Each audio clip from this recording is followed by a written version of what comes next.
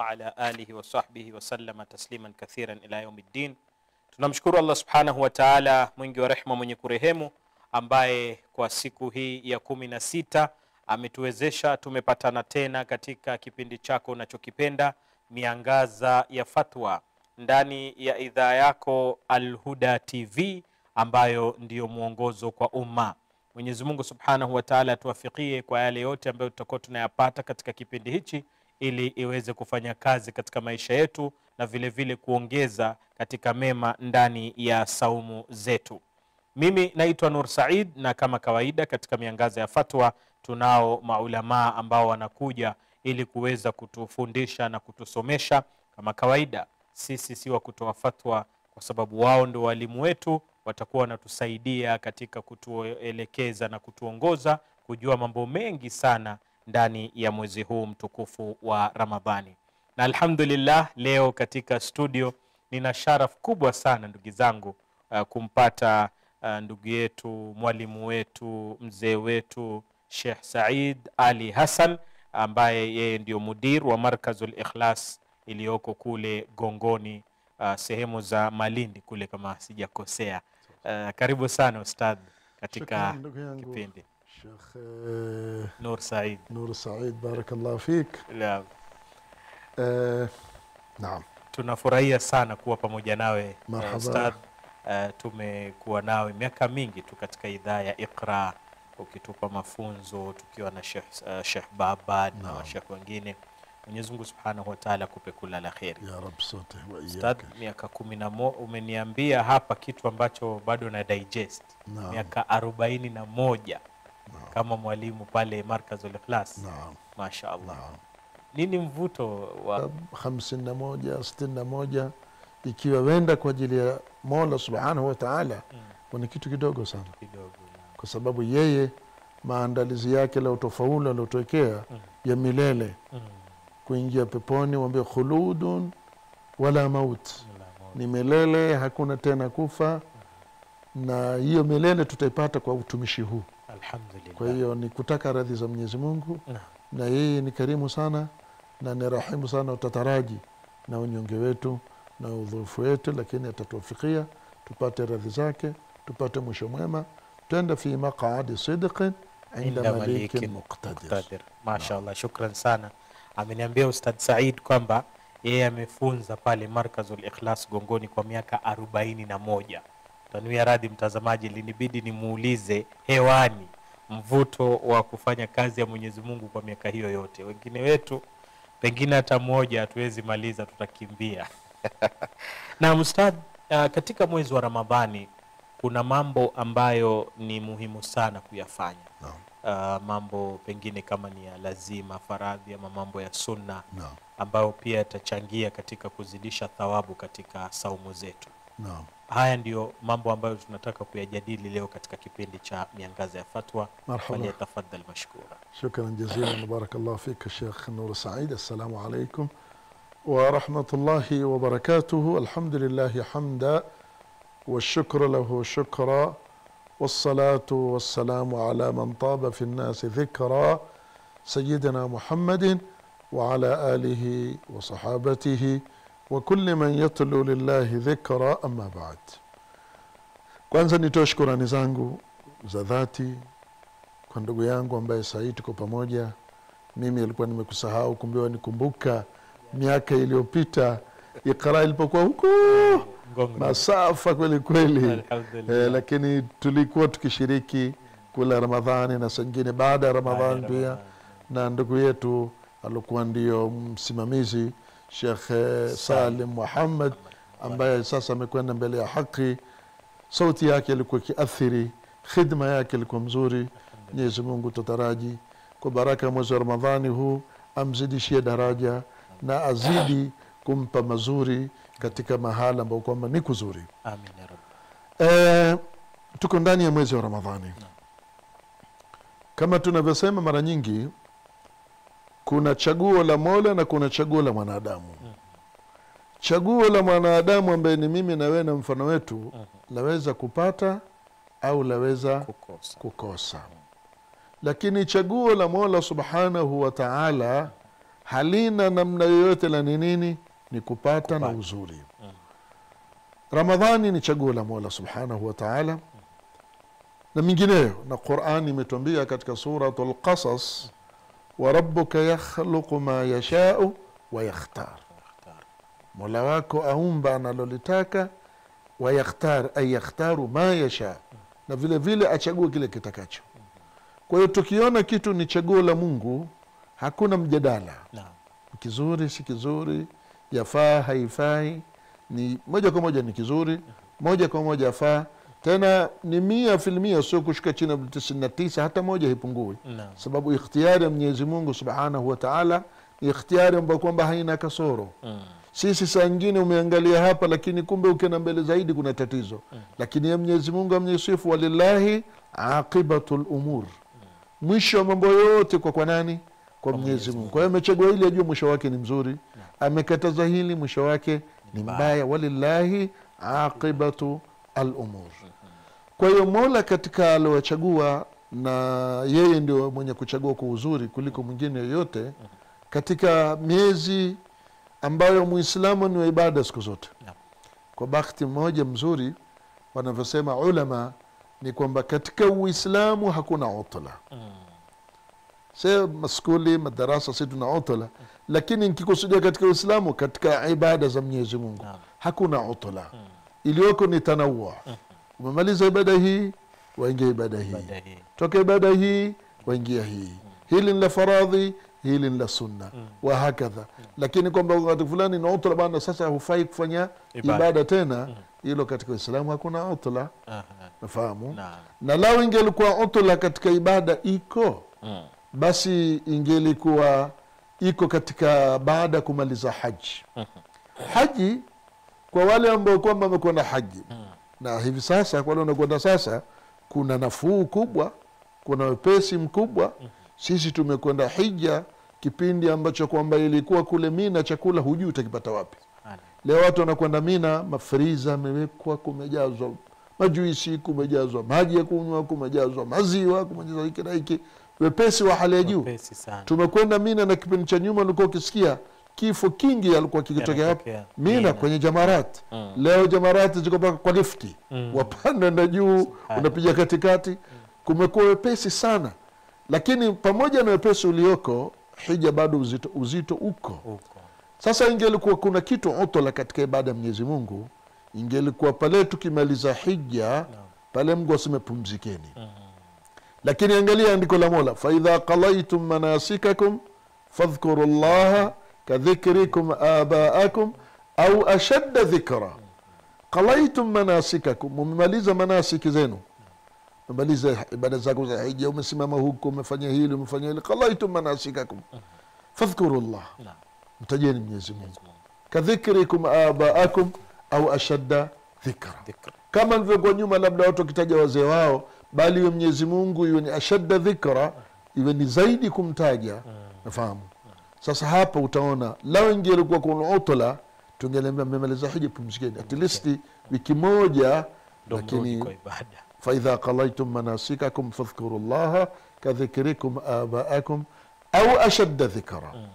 Salatul Jumaa ambao ni ibada kubwa, sababu yaumul Jumaa ni Eidun usbu'iyun, ni idi ya wiki. Ikiwa tuna idi ya mwaka na tuna idi mbili, kuna na Eidun usbu'iyun, na siku ya Juma aliyoipa jina la idi ni Mtume sallallahu alaihi wasallam. Ilipotokea kipindi fulani ikawa imesadifu idi kuwa siku ya Juma, Mtume alayhi salatu wassalam akamwambia, qad ijtama'a fi yawmikum hadha idani, siku yenu ya leo zimetangamana idi mbili. Kwa hiyo ni maana kwamba Juma Mtume aliipa jina kwamba ni nini? Ni idi, lakinahu Eidun usbu'iyun, ni idi ya wiki.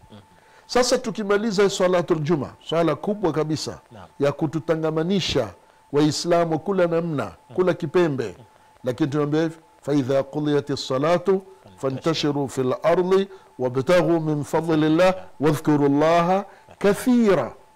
namna hiyo. Umeona Mtume alayhi salatu wassalam katika suratul Inshirah aambiwa, alam nashrah laka sadrak wa wada'na anka wizrak alladhi anqala dhahrak wa rafa'na laka dhikrak fa inna ma'al usri yusran inna ma'al usri yusra fa idha faraghta fansab. Hapa napo tutataka tuwe na wakfa, tushangae kidogo, tuangalie fa idha faraghta, ukimaliza. La kumaliza halikutajwa, lakini ikiwa mwenye kuhutubiwa ni mtumi ni taa tu, akitoka kwenye taa aingia kwenye taa, akitoka katika khairi aingia kwenye khairi. Kwa fa idha faraghta, ukimaliza taa fulani fansab, jitaabishe kwa taa nyingine. Fa idha faraghta, ukimaliza khairi fulani fansab, kwa khairi nyingine. Kwa hiyo tukasema katika ibada hakuna utla, kuna tanawwu tu. Saa nyingine tusali kama hivi imekuja Ramadhani, saa nyingine kuna hili, saa nyingine kuna hili, tanawwu Mola ameweka subhanahu wa ta'ala. Mwezi wa Ramadhani ni chaguo la Mwenyezi Mungu subhanahu wa ta'ala, na kama tulivyoashiria mwanzo wa maneno yetu kwamba chaguo la Mwenyezi Mungu lolote ala ras wal ain, kama ninavyosema Waarabu, juu yani liko juu, ala ras wal ain. Neno Waarabu ikiwa jambo limekuwa ni zuri la kufurahisha, umemfanyia la kumridhisha, kwamba ala ras wal ain, maana furaha tu, na nimelibeba hilo kwa namna yoyote, kwa kula heshima na kula taadhima. Kwa hiyo lolote Mwenyezi Mungu ambalo kwamba ametuwekea akatuamrisha fa ala ras wal ain, na hatuamrishi ile ambalo kwamba lina khairi. Ndio ulama wakatuambia wal mu'tamad anna ash-shari'ata inma wuli'at limasalih al-ibad. Mu'tamad linalotegemewa ambalo ndilo sahihi 100%, anna ash-shari'ata ni kwamba sheria na hizi zitu katika sheria, sala, saum, zaka, haji na nini, inma wuli'at, imewekwa ile sheria na zile afradu shar'i limasalih al-ibad, kwa ajili ya maslaha ya waja. Tuzungumze haraka amba masala haya kwamba sheria na afradu shar'i tumewekewa kwa maslaha. Angalia kama sala, Mola atuambiaje? utlu ma uhiya ilayka min alkitab wa aqimis salata inna as-salata tanha anil fahsha'i wal munkar. Angalia maslaha sasa ile tulilosema anna shari'ata inma wuli'at limasalih al-ibad. Kumbe swala kazi yake ni hii, tanha anil fahsha wal munkar. Tukenda kwenye zaka, khudh min amwalihim sadaqatan tutahhiruhum wa tuzakkihim biha wa salli alayhim. Angalia maslaha katika jumla hii, tutahhiruhum wa tuzakkihim biha wa salli alayhim inna salataka sakanun lahum. Tukenda kwenye haji, waadhin fi nnasi bilhaji yatuka rijala wa ala kulli dhamirin yatina min kulli fajin amiq liyashhadu manafi'a lahum. Kale maslaha hiyo.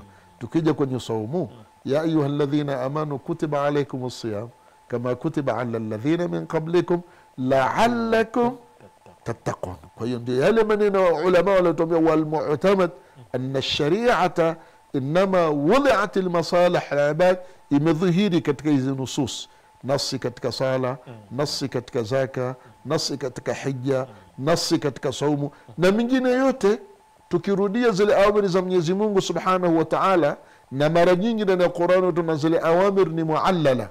Muallala maana zimetajwa sababu ya kufanyeni hili kwa sababu kadha, msifanye hili kwa sababu kadha, yote ni maslaha. Mwezi wa Ramadhani Mola subhanahu wa ta'ala ameuchagua, na hivi karibuni kuna mmoja katika ulama alikuwa nikimsoma asema, angalia na ule uzuri wa kuchagua sasa umekuwa katika as-sanatul qamariyya. Lao ingelikuwa Ramadhani iko katika sanatu shamsia mathalan, Januari, Februari mathalan, ingelikuwa Disemba, ingelikuwa siku zote sitopambana na nini na Ramadhani.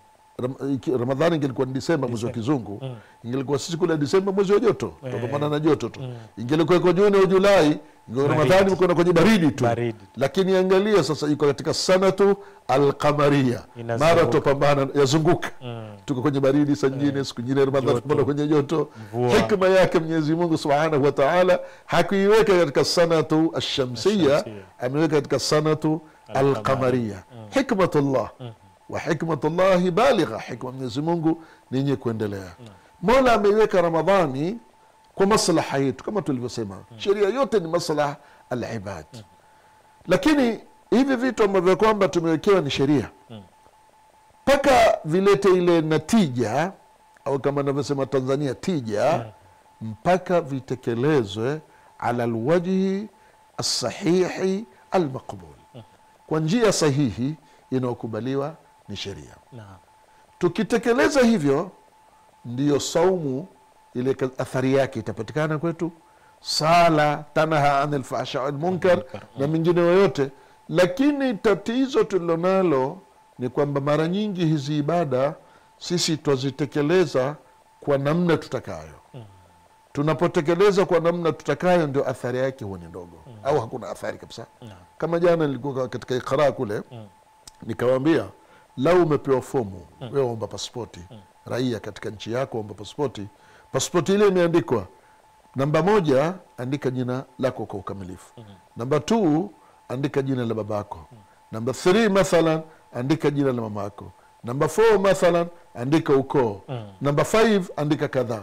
Sasa wewe ka namba 1, namba 1 ambayo kwamba ilikuwa ni andika jina lako, umeandika ukoo. Pale mahala pa baba umeandika mama. Mwaka waliozaliwa umeandika baba. Taibu ni sahihi zile. Lakini namba 1 ilikuwa haitaki hili.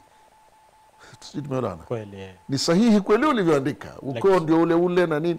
Lakini namba 1 ilikuwa haitaki uandike ukoo wako. Utakaandike jina lako. Mfano huu. Kwa hiyo fomu ile ukiijaza kwa namna hiyo, sidhani kama serikali mathalan itakupa pasipoti. Haiwezi. Lazima wende vile vile ilivyopangwa. Sasa sheria ya Mungu lazima tuende nayo vile alivyopanga Mungu. Na yeye ndio anajua maslaha yetu zaidi kuliko sisi wenyewe. Yeye atupenda zaidi kuliko mwingine yoyote. Siku moja tulipiga mfano, mimi kama baba, kwa nini nampenda mwanangu? Lao unaulizwa, huyu mwanao mbona umpenda sana? Sasa mwanangu baba. Mwanangu. Kwa nini simpende? Namzaa mwenyewe. Taib, sasa huyu ni mwanao kwa sababu kuwa ni mwanao ndio umpenda. Sasa Mungu ndio alotuumba. Kuumba ni kubwa zaidi kuliko kupenda. Sababu ile kuwa ni mwanao pia alotaka ni nani? Ni Mwenyezi Mungu. Sasa maana yeye ametufanyia kubwa zaidi kutuumba. Naam. Kwa nini asitupende zaidi? Kwa hiyo Mwenyezi Mungu atupenda zaidi kuliko baba na mama anavyompenda mtoto wao. Kuliko mume anavyompenda mke wake, kuliko mke anavyompenda mume wake. Kwa hiyo Mola akatuwekea sheria. Kwa hiyo saum ya Ramadhan ambao kwamba ndio tuizungumzia, tuko ndani ya Ramadhani, kuna vitu muhimu katika saumu. Na tukifuatilia vitu hivyo, tutaanza na Qur'ani ambayo Mola Subhanahu wa Ta'ala alipotuelezea ufaradhi wa kufunga, ya ayyuhalladhina amanu kutiba alaykumus siyam kama kutiba ala alladhina min qablikum ametuambia la'allakum tattaqun. Lengo hasa na madhumuni ni tuipate taqwa Allah. Taqwa Allah, Mungu kwamba ametutakia ili tukitekeleza hii somo kwa njia nzuri tutaipata taqwa Allah, ndiyo ambayo kwamba itatuvusha. Sababu kwanza wacha Mungu, Mwenyezi Mungu apenda. Inna Allaha yuhibbu almuttaqin. Ametangaza Mwenyezi Mungu na Qur'an mahala kwingi kwamba kuna watu wapenda Mwenyezi Mungu apenda. Nafahamu. Inna Allaha yuhibbu, wallahu yuhibbu almuhsinin, wallahu yuhibbu as-sabirin, wallahu yuhibbu, inna Allaha yuhibbu almutawakkilin. Ndani ya Qur'ani mpaka ikafika inna Allaha yuhibbu at-tawwabin wa yuhibbu almutatahhirin. Wenye kutubia pia kumbe pale unapokosea. Karibuni nilikuwa mahala nikafanya darasa, nikawaambia mimi kama mzazi au mwalimu, saa nyingine mwanafunzi anaponikosea pengine naweza kumpa lakabu ambazo kwamba hastahiki. Kama mzazi na wazazi hao tuko, kijana anapokosea saa nyingine baba mwenyewe mwambie wewe mwana kwenda zako mwana haramu, na ni babake tena wa halali kabisa, kwenda mwana haramu wewe. Lakini angalia Mwenyezi Mungu anavyotupenda. Qul ya ibadi alladhina asrafu ala anfusihim la taqnatu min rahmatillah. Mapenzi ya Mungu tukielezea nao ni bahari kubwa. Nakumbuka ustad, nisikukate kauli. Naam ndugu yangu. Qul ya ibadi alladhina asrafu. Naam. Hii aya ni nzito sana. Naam. Hiwezi kumpatia mtu tamaa ya kuzidi kufanya maovu, ndo kwa sababu Mwenyezi Mungu amemwambia usikate tamaa. Na wewe ukiwa katika ibadia, ikishakuwa imeingia ibadia, huwezi kuwa na tamaa ya kufanya maovu. Naam. Mja wa Mungu. Ya ibadi alladhina, ingelikuwa labda qul ya ayuha nasu, lakini ya ibadia ile idhafa iliyowekwa, wewe ni katika waja wangu. Sasa mja wa Mungu utakuwaje iwe umepata fursa kufanya machafu? Kuna ya ibadi huku na kuna huku wa idha sa'alaka ibadi anni. Hizi idhafa hizi ambazo toka mbinguni kwa Mola Jalla Jalalu zina uzito wake. Tayib, mwanadamu upitikiwa akakosa, lakini ibadi hasa itakufanya wewe na hadhari. Nikakosa hii idhafa mja wangu, nikaikosa kwa mukhalafa, nikaikosa kwa kupetuka mipaka hapa, lazima itakuwa haikupi tamaa ufanye machafu ya kupata mauzidi kwa mbali machafu. Lakini lau umekosea, ile ubudia haiondoki, wewe bado ni mja wake. Wa mimma zadani sharafan watiha wa kittu bi akhmusi ata'u thuraya dukhuli tahta qawlika ya ibadi wa an sayyarta ahmad li nabiyya. Mmoja katika ulama asema hivyo. Naam. Kwa hivyo inakuwa mtu lazima akuwe na ile tamaa ya kumridhisha Mwenyezi Mungu Subhanahu wa Ta'ala, mbali na tamaa ya kumkosea kabisa. Sababu wewe tayari unajua mimi nimefanywa idhafa ni Mola, mimi ni mja wake. Vipi leo ni mukhalifu? Vipi leo ni the wrong side, nataka nyuma na matakwa yake. Naam. Sasa haya mambo yanayokuwa ni muhimu katika somo. Umesema mojawapo ni Qur'ani, na ukisoma Qur'ani katika mwezi wa Ramadhani thawabu zake zinakuwa ziko juu, maana ndo mwezi wake. Lakini pia haimaanishi usisome katika miezi mingine yote. Je, kuna mambo mengine pia ambayo pengine ni muhimu mtu ajue katika saum? Naam.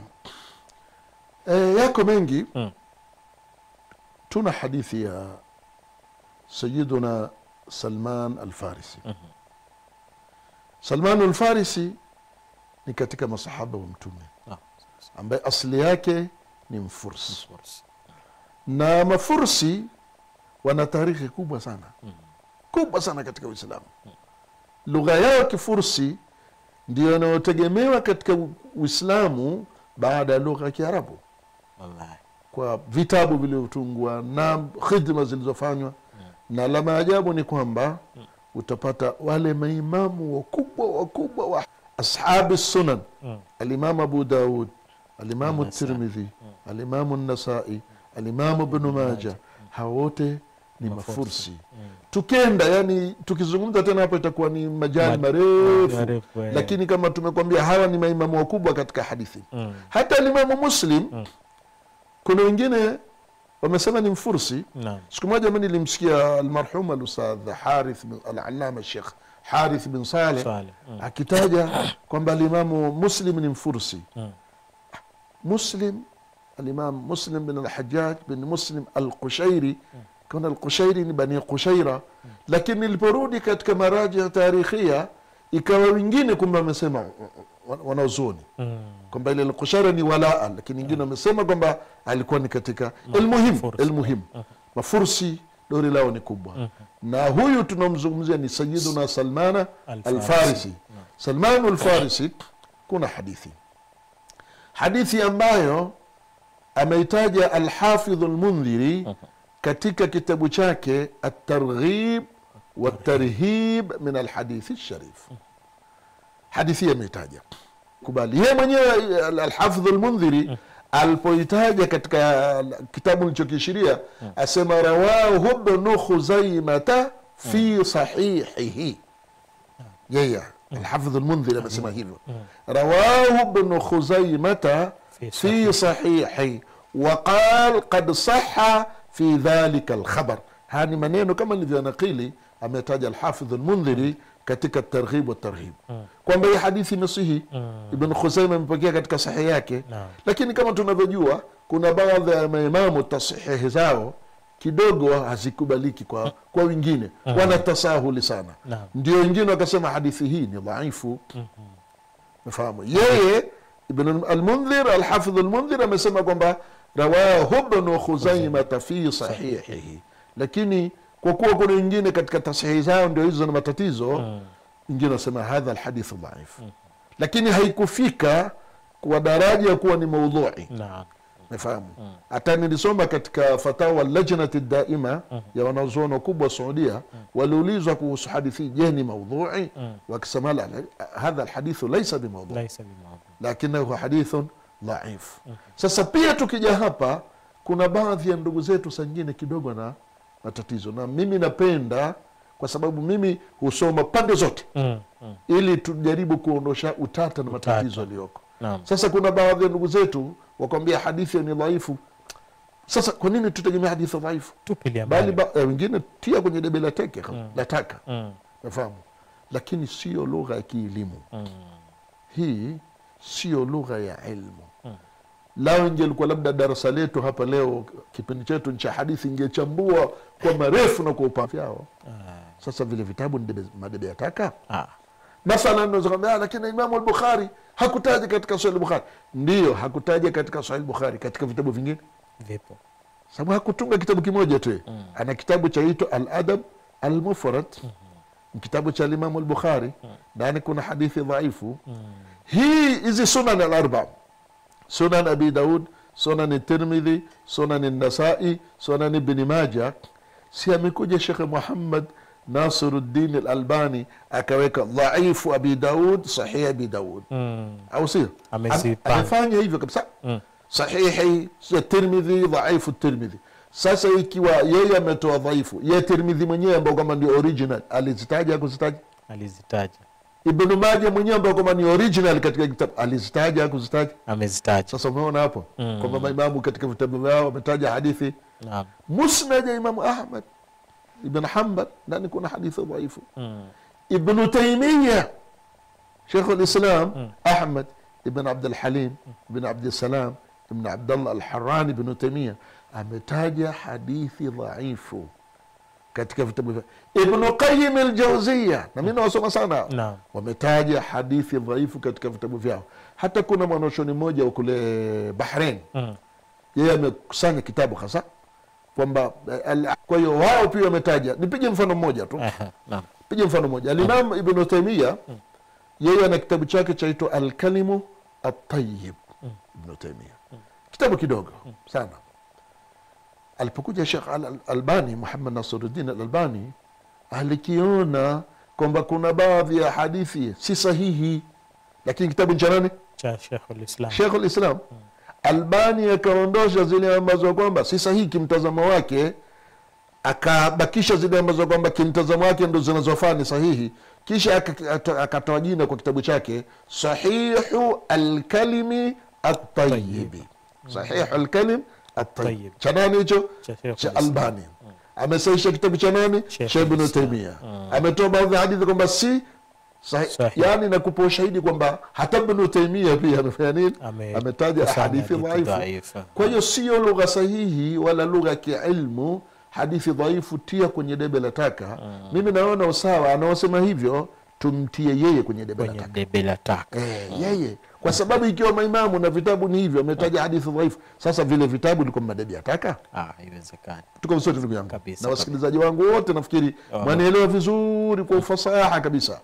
Kwa hiyo hadithi hii ya sana Salman al-Farisi imetaja mambo mengi ya muhimu katika mwezi wa Ramadhani.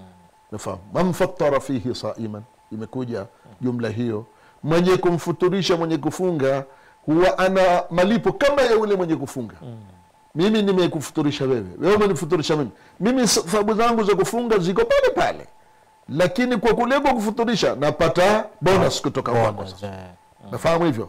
Sio kwamba wewe ukiondosha thawabu zako hupati, ziko zako na ziada. Lilladhina ahsanu alhusna wa ziyada. Mungu ana ziada katika ulipaji wake. Na ndio utaona katika mema ametuwekea kuanzia 10 twenda mpaka 70 mpaka 700 mpaka innama yuwaffa as-sabiruna ajrahum bighairi hisabin. Kwa hiyo katika mambo ya muhimu kama hayo kumfuturisha alofunga. Na ndio utaona baadhi ya watu wana ihtimam na swala hilo. Zamani mimi nakumbuka ni watoto, ilikuwa tukiona katika miji yetu na majumba yetu, kwanza watu wakifuturu nje. Na mgeni akipiganiwa aje afuturu pale. Njoo kwangu, njoo kwangu. Watu wataka haya malipo yaliyotajwa ni Mtume sallallahu. Pamoja na leo kumebadilika. Leo pengine mtu ufuturu chumbani, akajifungia ngerumu pia na pengine harufu zitasikika. Amejifungia chumbani yeye na mke wake, ndio ukarimu umekosekana. Lakini makarimu bado wako ma'al qilla, pamoja na uchache. Kwa hiyo kumfuturisha mwenye kufunga ni jambo hili limetajwa katika hadithi hii ya Sayyidina Salman al-Farisi. Ustad, tutachukua mapumziko mafupi. Naambiwa na mwelekezi hapa. Kisha baada ya hapo na kuacha na swali moja tu, tukirudi utaanza na swali hilo. Marhaba. Kuna watu ambao hula daku baada ya tarawih. Naam. Akishatoka tarawih anaona tafash kuamka usiku bana, acha mimi nimalizane nayo sasa hivi alafu nilale kabisa, nitaamka swala alfajiri. Sijui hukumu yao itakuwa iko vipi? Mtazamaji usende mbali, tutakaporejea tutakuwa tunaendelea na fadhilatu Ustadh Said Ali Hassan katika miangaza ya fatwa, na nambari zangu pia nitakuwa ninazifungua ili uweze kumuuliza swali ambalo linakupa matatizo katika mwezi huu wa Ramadhani. Usende mbali.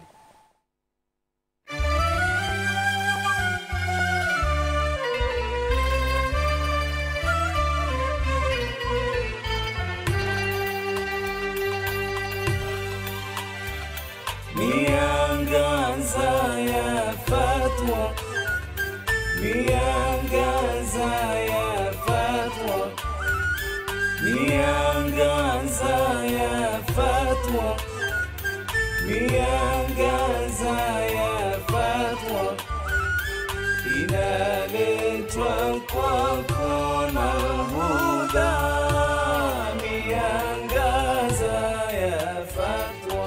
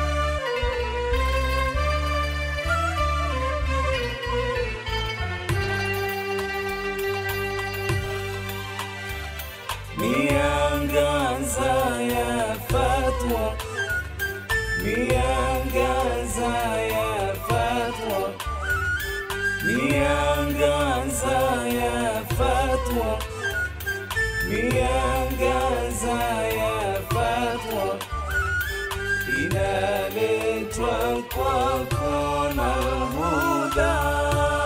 Miangaza ya fatwa.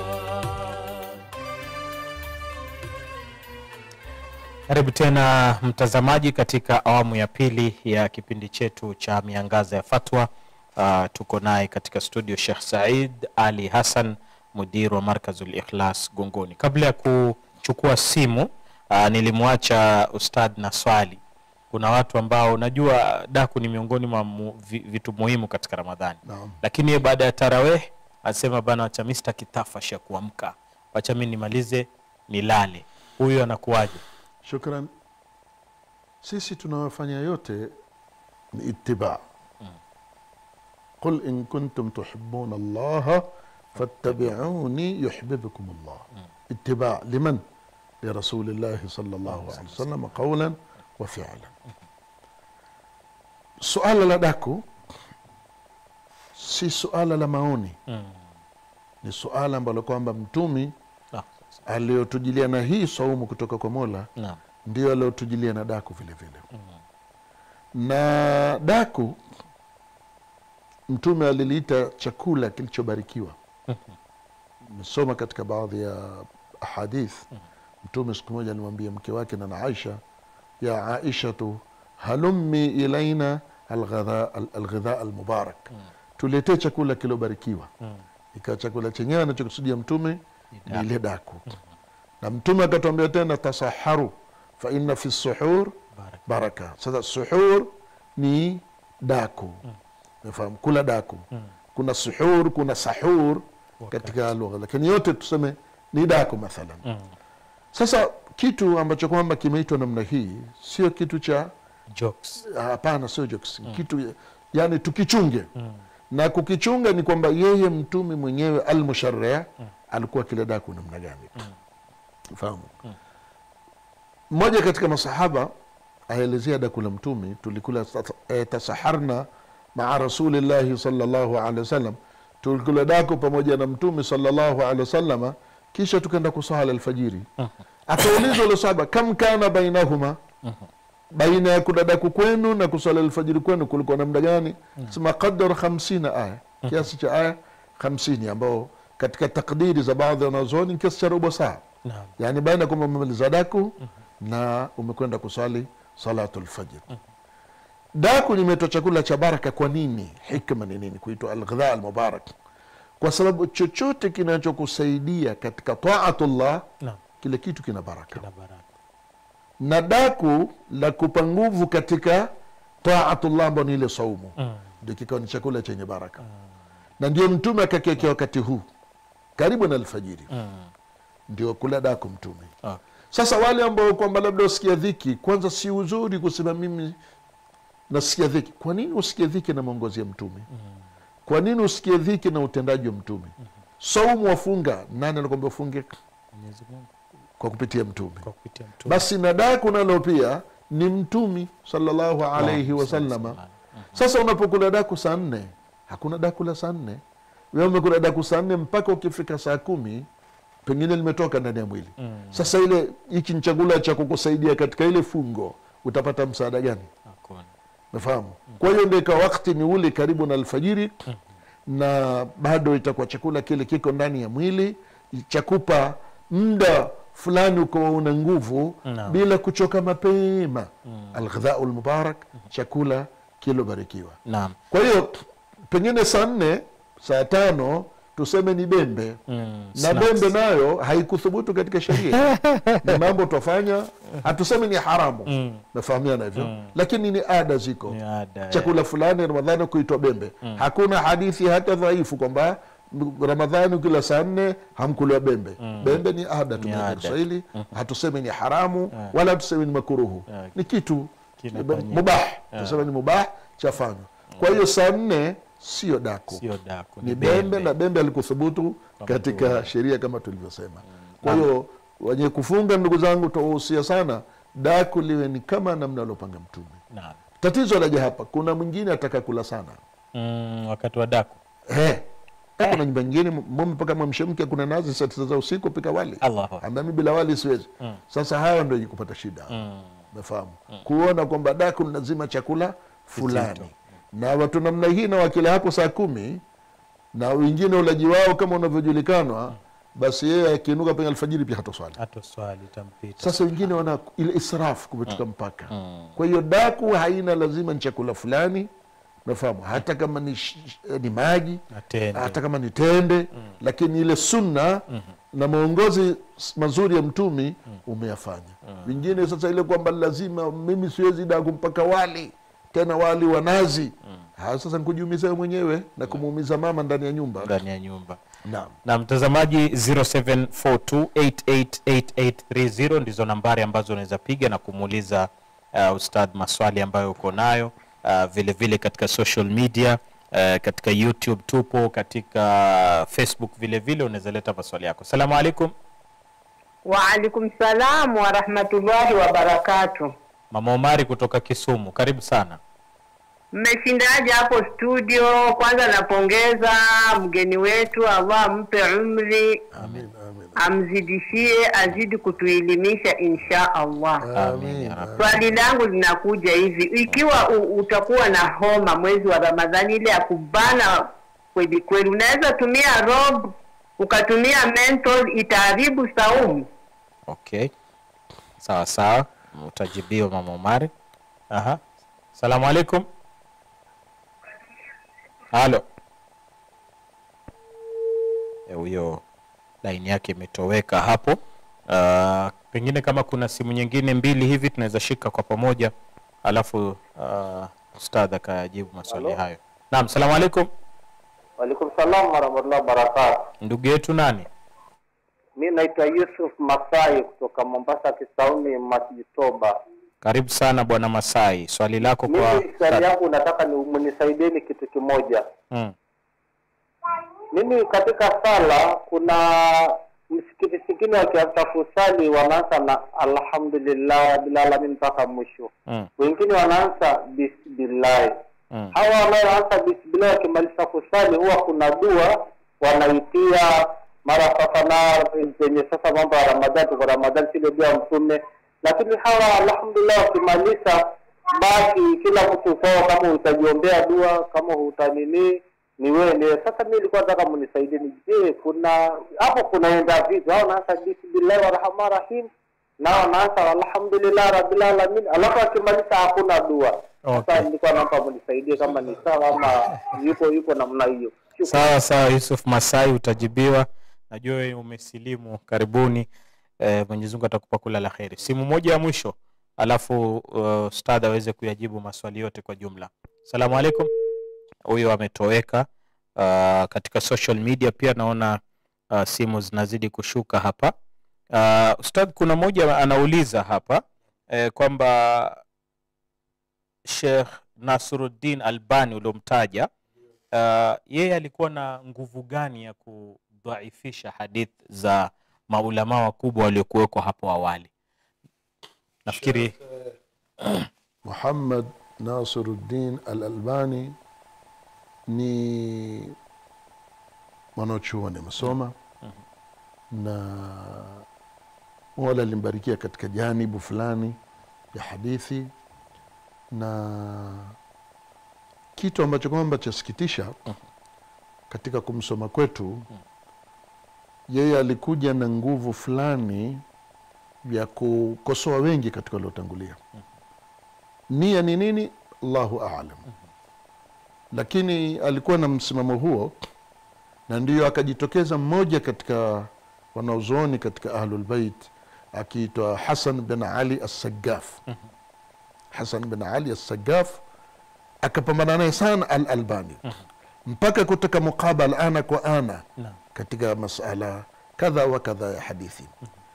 Na Sheikh Muhammad Nasruddin Al-Albani, narudia tena kwamba amejitahidi na mlango wa jitihadi uko wazi, lakini alikuja na kasi hii niloishiria ya kuwakosoa wengi katika waliomtangulia, na saa nyingine kuwataja kwa majina ambayo kwamba si mazuri, mpaka huyu Sagafa katika kitabu Qamus Shataim Al-Albani, Qamus ya matusi ya nani?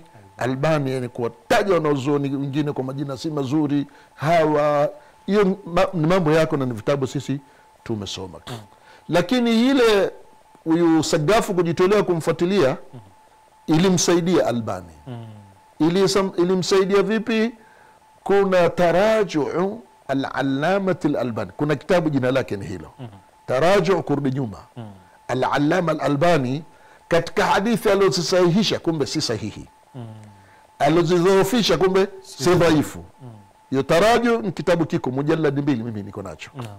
Taraju Al-Allama Al-Albani, akarudi nyuma yeye mwenyewe, kitabu kadhaa nimesahihisha kumbe sio, akaonekana. Sasa mbona ulikuwa na tasaru namna hiyo?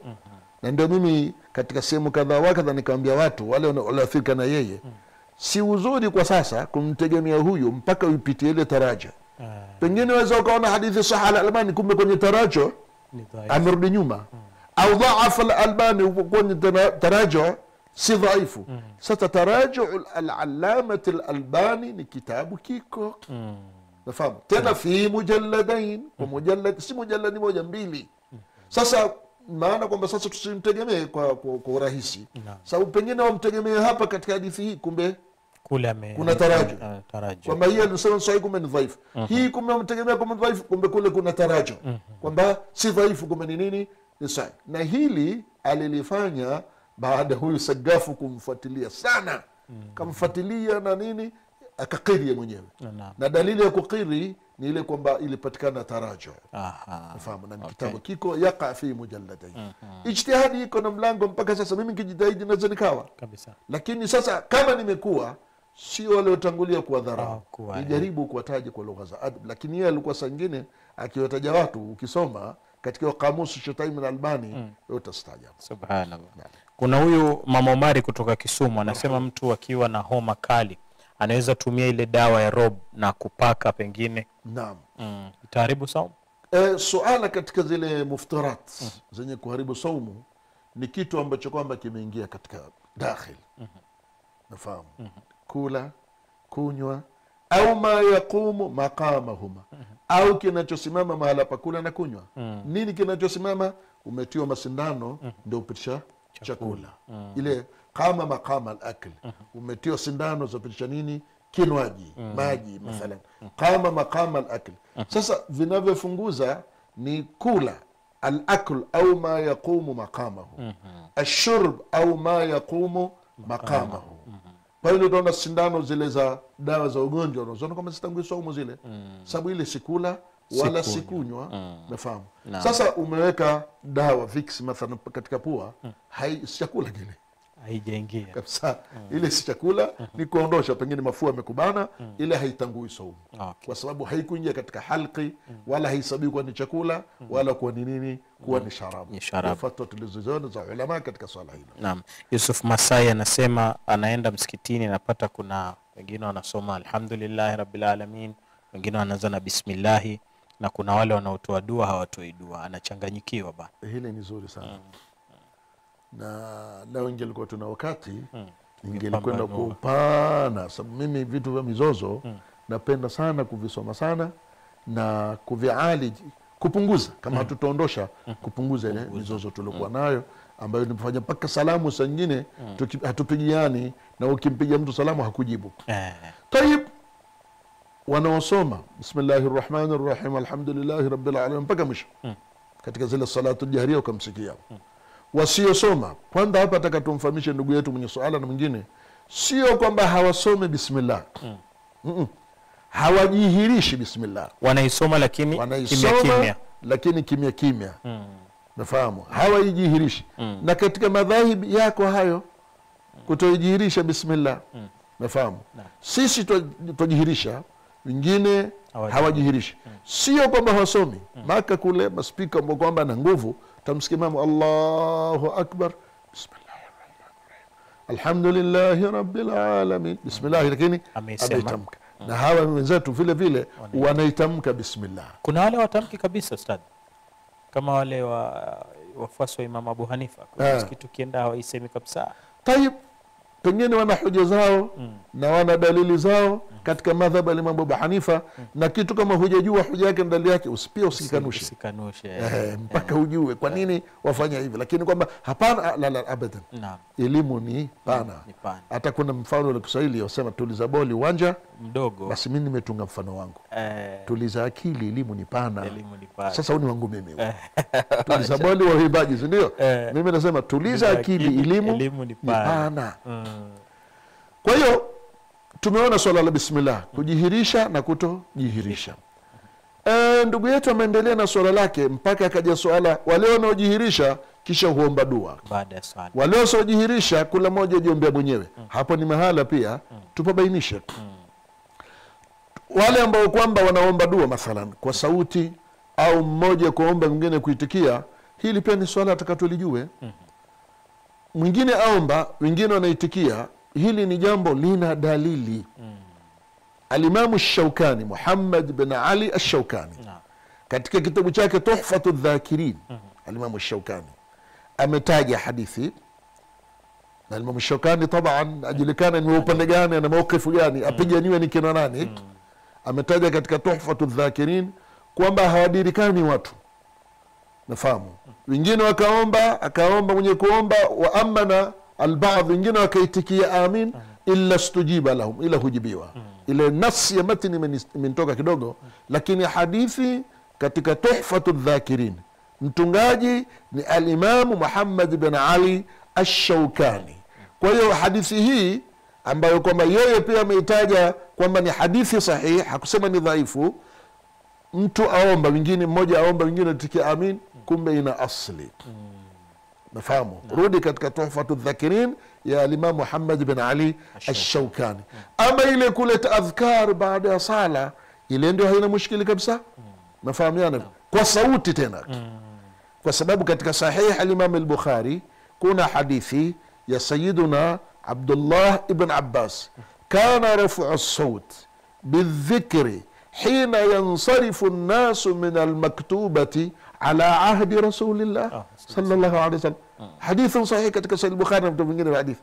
Kuinua sauti bidhikri, kwa kumtaja Mwenyezi Mungu, hina yansarifu an-nasu min al-maktuba, watu wanapomaliza zile faradhi, kana ala ahdi Rasulillah, lilikuwa tangu wakati wa Mtume. Hadithi katika Sahih al-Bukhari iko, Sayyidina Abdullah ibn Abbas ameipokea, hibrul ndio anasema neno haya. Kwa hiyo sisi tuna asili ile ya kuleta adhkar baada sala kwa sauti, tuna asili hiyo, na ndio utaona mpaka wengine ulama wa Saudia wameshindwa hapa kujibabadua, kwa sababu iko, huwezi kuikanusha wao kutoka ni maudhui au ni dhaifu, iko katika Sahih Bukhari. Ama ikiwa ni ile mmoja aomba wengine tukemena, nishakutajia katika Tuhfatu Dhakirin ya Imamu Muhammad bin Ali Ash-Shaukani. Kwa hiyo wewe ukipenda kufanya hivi sawa, utaki hivi, lakini tatizo mara nyingi huja wewe umeona kuomba dua mkula mmoja ni pweke, wanaomba pamoja wakosoa, kumbe wana mategemeo, kumbe wana dalili namna hiyo. Mungu atustiri jamani ya Rab. Na nafikiri muda wetu umekamilika. Leo ustadh watanisamea uendesha kipindi, maana nimekuwa nikisikiliza mpaka nasahau muda. Kwa hivyo inshallah tunakuomba ustadh, masiku zinazidi kwenda, muda unazidi kwenda, dakika moja tu tupate nasaha katika mwezi huu mtukufu wa Ramadhani kutoka kwako inshallah kabla tujamaliza. Shukran ndugu yangu. Nasaha ni katika dini, nasaha ad-dinu nasiha, mtu ametuambia dini kuna nasihiana. Kwanza na inasiha nafsi yangu na ndugu zangu Waislamu kwa jumla na wanaonasikiliza kula mahala ambapo sauti hii yafika, kwamba tushikamane, haki ya kushikamana na dini, tushikamane haki ya kushikamana na maamrisho ya Mwenyezi Mungu Subhanahu wa Ta'ala. Sababu sisi hapa dunia ni mapito, turudi kwa Mwenyezi Mungu Subhanahu wa Ta'ala, na huko tena ndio khuludun wala maut, maisha milele, khalidina fiha abada. Mwenyezi Mungu ametaja katika pepo khalidina fiha abada, na katika moto ziko khalidina fiha abada. Na kuna sura mbili, saa nyingine ja khalidina fiha bila ya abada, saa nyingine khalidina fiha abada. Nafahamu sisi tutafuta maisha ya milele, na maisha ya milele si ya kujidanganya. Umuone mtu amekufa na uchafu, amekufa hali mbaya, watu wakwambia Mwenyezi Mungu aiweke roho yake mahali pema peponi. Yani ile pepo ni container, kula kitu huingia. Hata container pia mtu angalie mzigo akutia, si ndio? Naam. Kwa hiyo twende sambamba kwa lugha zake leo na awamirullah, amri za Mwenyezi Mungu, wala tusidharau amri yoyote. Nafahamu hili ni faradhi tulitekeleza, hili ni sunna, tusiwe kama wale wengine ni sunna hilo. Sunna ndio hutupa mahaba ya Mwenyezi Mungu. Kwa tushikamane na faradhi, kwenye faradhi tuwe pamoja, kwenye sunan nafahamu wala yazalu al-abdu yataqarrabu ilayya bin nawafil hatta uhibba. Mambo ya sunna upata mahaba Mwenyezi Mungu Subhanahu wa Ta'ala. Alipiga mfano siku moja, mwenye kupiga mfano asema baba na watoto wawili, amemwambia huyu niletee kanzu na wewe niletee fulana. Ulele utumwa kanzu, akanunua kanzu na viatu, viatu akutuma, lakini lakini akaona wacha babangu kanzu nimletee na viatu, na huyu ametuma fulana ameleta fulana tu, nani atapendeza zaidi kwa baba pale? Mwenye kanzu na sasa wewe fulana tu maana faradhi tu wewe, lakini huyu kanzu ni faradhi aliyolazimishwa baba, viatu ni sunna, huyu baba atampenda zaidi. Kwa hiyo na sisi tufanyeni faradhi za Mola na sunan ili tupate mapenzi kwa Mola zaidi. Hii ndio nasaha na ndio wasia kuhusia nafsi yangu, kuinasiha nafsi yangu na kula Muislamu, hasa wanao nisikiliza kwa sahihi na saa nyingine. Shukran sana ndugu yetu, mzee wetu, mwalimu wetu Sheikh Said Ali Hassan. Bila shaka leo imekuwa ni faida kubwa sana katika yale ambayo tumeweza kuyapata katika miangaza ya fatwa, na ndio kila mara mimi hukwambia kwamba huyapati kwingine ila hapa hapa katika Al-Huda TV ambayo ndio mwongozo kwa umma. Shukrani za dhati kwa Sheikh Said pamoja na wote ambao wamefanikisha kipindi. Mwenyezi Mungu atakapokuwa na safiri Sheikh Said ampeleke salama salmini, amkinge na kila aina ya balaa za barabarani na kumfikisha salama, maana wapo katika safari za da'wa, na safari ya da'wa ni kama uko katika jihad. Kwa hivyo Mwenyezi Mungu Subhanahu wa Ta'ala awatizame na sisi pia tutizame kwa jicho la rahma. Innahu waliyu dhalika wal qadiru alayhi. Wa sallallahu wa sallam ala sayyidina Muhammad wa ala alihi wa sallam. Wassalamu alaykum wa rahmatullahi wa barakatuh.